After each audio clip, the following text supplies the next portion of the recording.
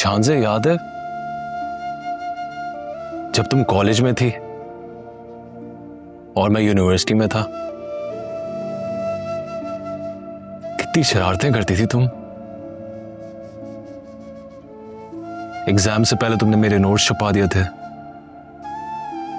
एक बार चाय में मेरे नमक डाल दिया था, इतना नमक था कि मुझसे पी भी नहीं गई। और एक बार मैं बैठने लगा तो तुमने मेरे पीछे से चेयर खींच दी और मैं गिर गया था। शानज़े, तुम रो रही हो?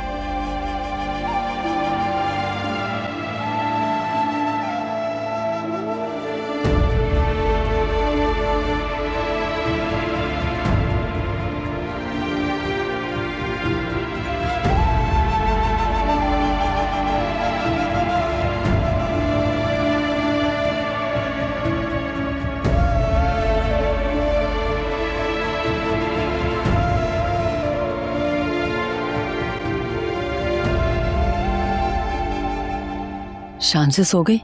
हम इसे ही देखने आए थे। सोई नहीं है पर सोने की कोशिश कर रही है।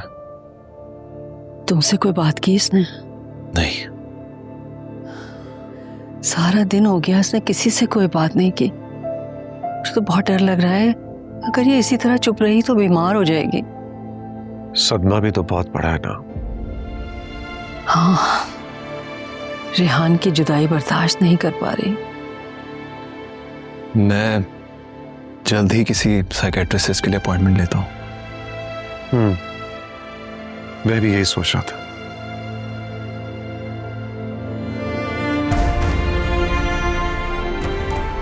चले सो जाए।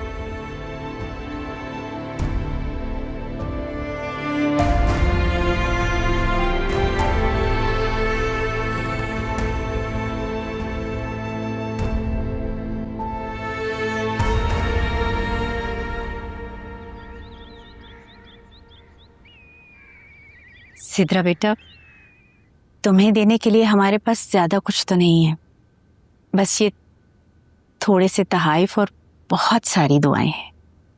अल्लाह सारे जहान की नेमतें, खुशियां, सुख, सुकून तुम्हें दे। आमीन।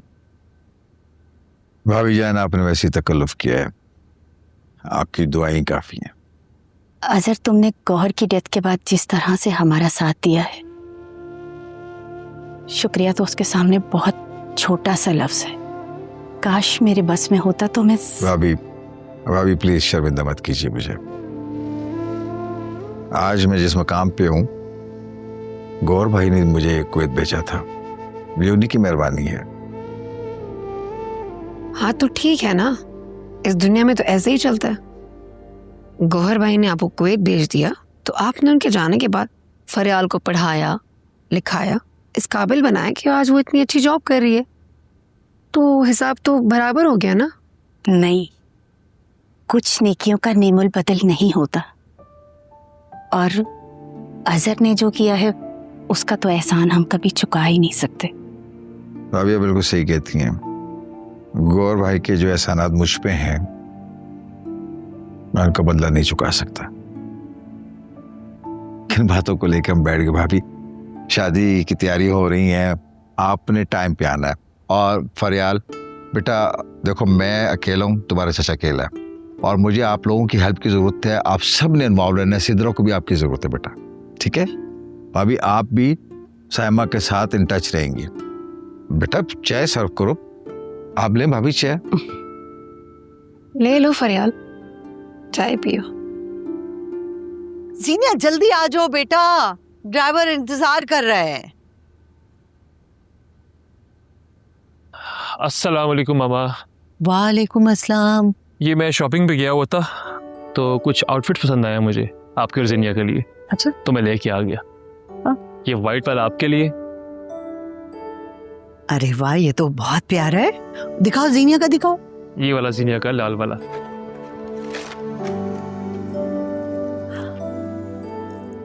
बहुत अच्छा है और कलर भी बहुत अच्छा है। शुक्र है आपको मेरी चॉइस पसंद आई। उसे भी पसंद आएगी।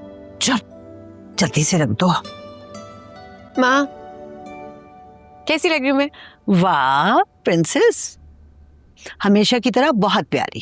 Thank you. जेनिया, क्या तुम ये ड्रेस पहन के मेहंदी में जाओगी? हाँ। हरगिज नहीं, मैंने तुम्हें पहले भी मना किया था ये ड्रेस पहनने से। तुमसे कितनी दफा कहा है मैंने कि फैमिली फंक्शंस और इवेंट्स पर डिसेंट और सोबर ड्रेसिंग किया करो। आपके साथ प्रॉब्लम क्या है? मैं अपनी मर्जी की ड्रेसिंग भी नहीं कर सकती? बिल्कुल कर सकती हो, मगर डिसेंट, अपनी फैमिली वैल्यू का ख्याल रखकर। मामा, आप क्यों नहीं समझाती इसको? क्या हो गया बेटा, आजकल लड़कियां इसी तरह ड्रेसअप होती हैं। मामा, आपके सामने फरियाल और सिद्रा भी तो हैं, वो तो ऐसी ड्रेसिंग नहीं करती। मुझे उस फरियाल से कंपेयर करने की कोई जरूरत नहीं है।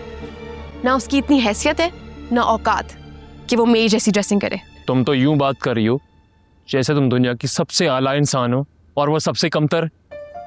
वो थर्ड क्लास थी, है और रहेगी। My foot.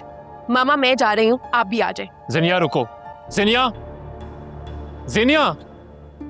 मामा देखे आपने ये किस कदर एरोगेंट हो गई है, दिमाग खराब हो गया इसका। जरा हर बात में ना उसे मत रोका टोका करो, बच्ची है, बच्चियां इसी तरह ओढ़ती पहनती हैं। यानी मैं ही गलत हूँ? मैं भाई होके उसका ख्याल कर रहा हूँ और वो है कि अभी उसकी माँ जिंदा है, उसकी फिक्र करने की तुम्हें जरूरत नहीं है।